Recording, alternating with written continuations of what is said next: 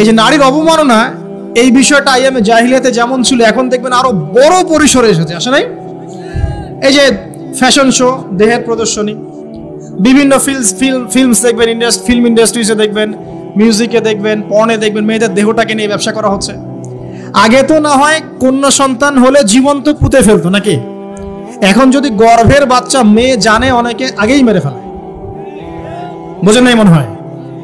অনেকে যদি জানে যে গর্ভে মেয়ে সন্তান আছে, আগেই মেরে ফেলায়।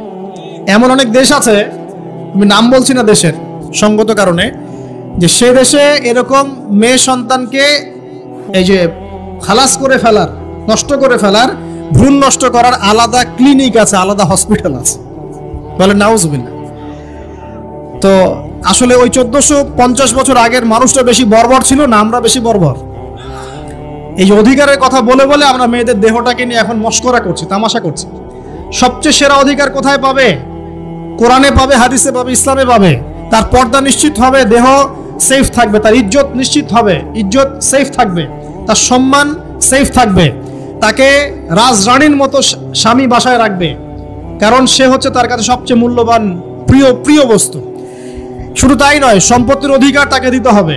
একজন মেয়ে তার ভাইয়ের সম্পত্তি পাবে, তার বাবার সম্পত্তি পাবে, তার স্বামীর সম্পত্তি পাবে, সব দিক থেকে সে সম্পত্তি পাবে।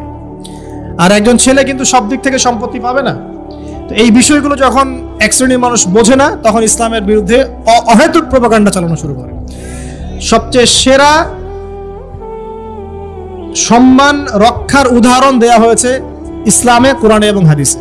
এই কথাটা আপনাদের মা বোনদেরকে বোঝাবেন, তবে নম্রতার সাথে বোঝাবেন, কারণ উচ্চবাচ্য করলে তারা কথা শুনবে না। আর আল্লাহ রাসূল সাল্লাল্লাহু আলাইহি ওয়াসাল্লাম বলেছেন, কিছুটা বাঁকা হাত দিয়ে তাদেরকে তৈরি করা হয়েছে। যদি আপনি শক্ত করে চাপ দিতে যান তাহলে ভেঙে যাবে, আর যদি আপনি ওই অবস্থায় ছেড়ে দেন তাহলে বাঁকাই থেকে যাবে। এখানে আপনাকে হিকমা অবলম্বন করতে হবে। আল্লাহ পাক তৌফিক দান করুন। একটা বিষয় বলছিলাম, ওই যে শিরকের পাপ এখন গ্লোবালাইজেশন হয়েছে না, ওই সুদের পাপ এখন গ্লোবালাইজেশন হয়েছে না। গ্লোবালাইজেশন বোঝেন? মানে বিশ্বায়ন, পুরো বিশ্বে ছড়িয়ে পড়েছে না। আর একটা হচ্ছে এই যে মেয়েদের অবমাননা, এটা সারা বিশ্বে ছড়িয়ে পড়ে নাই? আচ্ছা, আর দুটো বলবো, এরপর বলে আমি শেষের দিকে যাচ্ছি। আসেন, একটা হচ্ছে মাদক। আইয়ামে জাহিলিয়াতের অন্যতম সেরা পাপ ছিল কে? মাদক। ওই যে বলছেন জাহিলি যুগ, কেন বলছেন জাহিলি যুগ? বিকজ ওইখানে মাদক খেত মানুষ বেশি। এখন বলেন, ওখানে না হয় মক্কায় মাদক খেত মানুষ, এখন সারা বিশ্বে মাদক ছড়িয়ে পড়ে নাই? বেশি না কম? এখন এই যে নতুন নতুন মাদক আসছে, ইয়াবা, আরো নাকি কি কি আসছে নতুন নতুন, আমরা নামও জানি না। এই যে গাঁজার নাম জানি, ফেন্সিডিলের নাম জানি, আর কি কি আছে? হিরোইন বলেন, আর দু একটা, আফিম, আর কি আছে? হ্যাঁ, রেন্ডি, সুবহানাল্লাহ, এই নামও কখনো শুনি নাই আমি। আচ্ছা শোনেন, বিষয়টা হচ্ছে, দেখুন, এই বিষয়টা কি হালাল না হারাম? আচ্ছা, এটাকে যদি আমরা হালাল করে নেই তাহলে কি হবে? কুফরি হবে না শিরক হবে? শিরক কুফর দুটোই হচ্ছে। কিন্তু এখন মক্কার কিছু মানুষ মাদক খেয়েছে, বুঝলাম। আল্লাহ রাব্বুল আলামিন ধাপে ধাপে এখান থেকে বের করেছেন। প্রথমে বলেছেন মদ খেয়ে নামাজের ধার কাছে যেও না। হ্যাঁ, তারপরে বলেছেন এই যে মাদকে কিছুটা উপকার আছে কিন্তু বেশি ক্ষতি। তারপর বলেছেন খেয়ে নামাজের কাছে যেও না। তারপর ধাপে ধাপে শেষের দিকে এসে আল্লাহ পাক বলেছেন যে এটাকে ছেড়ে দাও। সূরা মাইদায় পড়ে দেখেন, এটা শয়তানের কাজ। তখন সাহাবায়ে কেরাম রাদিয়াল্লাহু আনহুম পুরোপুরি মাদক থেকে নিজেদেরকে মুক্ত করলেন। এরপরে কি কখনো তারা মাদক ছুঁয়েও দেখেছেন? বরং মাদক দ্রব্য সেবন করলে 40টা লাঠি বেত্রাঘাত করতে হয়, ইসলামিক শাস্তি। কয়টা লাঠি? আর উমর রাদিয়াল্লাহু আনহুর সময়ে 40 লাঠিকে বাড়িয়ে 80 লাঠি করা হয়েছিল। কত লাঠি? 80 লাঠি। কিন্তু আরো একটা পাপের শাস্তি আছে, বলবো? অপবাদ, এখন যেটা বেশি দেওয়া হয়, অপবাদ, মিথ্যা অপবাদ, সতী সাধী নারীর উপরে মিথ্যা অপবাদ, এর শাস্তি হচ্ছে 80 লাঠি। আবার 100 লাঠির শাস্তি আছে, 100 লাঠি। এটা কিসের জানেন? জিনা। এই যে যারা করছেন, এর শাস্তি হচ্ছে 100 লাঠি। তাও জনসমক্ষে দিতে হবে, গোপনে না। আর 1 বছরের জন্য এলাকা ছাড়া করতে হবে। রজম একটা শাস্তি আছে, রজম। এটা কি? রজম মানে পাথর নিক্ষেপ করে হত্যা। এটা তো বর্বর, তাই না? অমানবিক, মধ্যযুগীয়। এসব কথা শুনছেন না? শোনেন, কিছু কিছু বিষয় আছে যে বিষয়গুলো করার পরে এই পৃথিবীতে মানুষ বেঁচে থাকার অধিকারটা হারিয়ে ফেলে।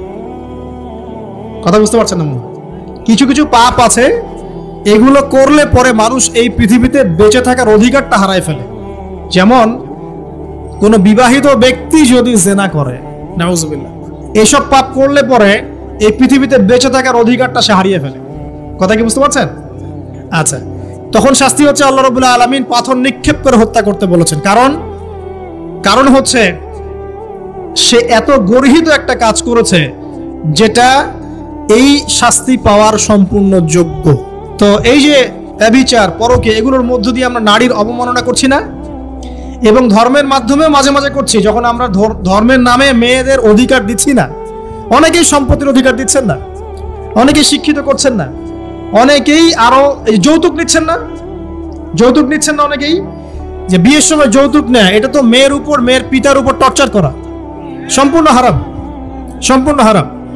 তারপরে দেখবেন, রিপোর্টগুলো পড়ে দেখবেন যে এই বছর গভর্নমেন্ট রিপোর্ট অনুযায়ী নিবন্ধিত প্রায় 1339টা হয়েছে।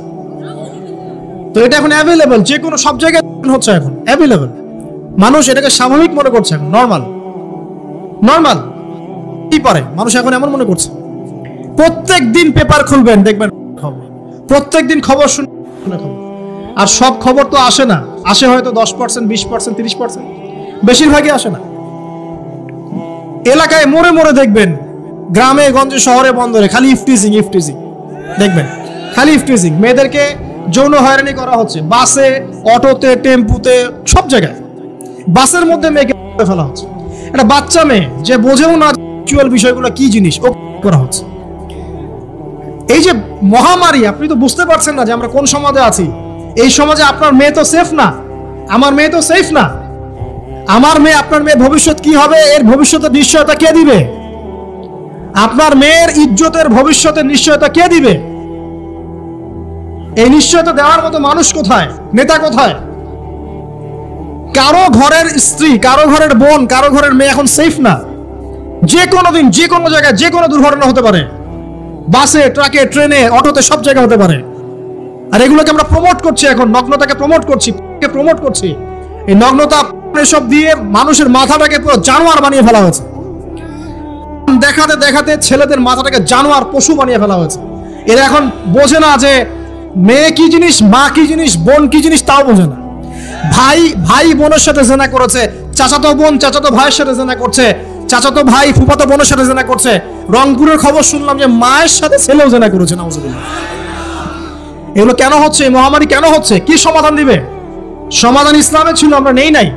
সমাধান হচ্ছে, প্রথম সমাধান অশ্লীলতার মহামারী বন্ধ করতে হবে, পর্দা নিশ্চিত করতে হবে, সমস্ত সাইটগুলো বন্ধ করে ফেলতে হবে। আজকের নিউজ দেখেছি আমি, এটা আমি ধন্যবাদ জানাই বাংলাদেশ গভর্নমেন্টের যে তথ্য প্রযুক্তির যে সেন্টার আছে, প্রায় 26,000 সাইট তারা বন্ধ করে দিয়েছে, আলহামদুলিল্লাহ। তো কথা বললে তো কাজ হবে, কথা না বললে কাজ হবে কিভাবে? যখন সমাজের মানুষ দেখতে দেখতে পশু হয়ে গেছে, আপনি বাইরে এই যে আলখাল্লা টুপি দাড়ি পরে ঘুরলে লাভ আছে? ভিতর থেকে তো আপনি পশু। দেখবেন মসজিদে ইমাম সাহেব নামাজ পড়তে এসেছে, বাসায় থেকে আসছে, নামাজে কোনো মনোযোগ নাই, পড়ছে কোনো মনোযোগই নাই, পণ দেখে। ইমানের আলোচনা করবেন, খুব লাফালাফি করলো, 2 দিন পর দেখবেন কোনো খবর নাই, দেখতে দেখতে ভিতরটা শেষ, ড্যামেজ। যে একবার আসক্ত হয়েছে, তার মধ্যে ইমানের কোনো তেজই থাকবে না, কোনো তেজ থাকবে না। এখন আলেম জালেম সবার ফোনে ফোনে দেখবেন আসতেছে, কেউ দেখতে না চাইলেও তাকে দেখতে বাধ্য করা হচ্ছে। ফেসবুকে ঢুকবেন, নগ্ন দৃশ্য। এই নগ্নতা দিয়ে, এই যে মিডিয়ার মধ্য দিয়ে প্রমোটিংটা দিয়ে ব্যভিচার ছড়িয়ে দেয়া, জেনা ছড়িয়ে দেয়া, অশ্লীলতা ছড়িয়ে দেয়া, পরকীয়া ছড়িয়ে দেয়া, এর মধ্য দিয়ে নারীর সম্মান, দেহ, ইজ্জতকে আমরা এখন রাস্তার সাথে মিশে দিয়েছি। কিসের অধিকারের কথা বলছে? কিসের নারী অধিকারের কথা বলছে? খালি ডিগ্রি সার্টিফিকেট অর্জন করতে পারলেই অধিকার হয়? আমার তো ইজ্জতই ঠিক থাকলো না, আমার অধিকার কোথায় থাকলো?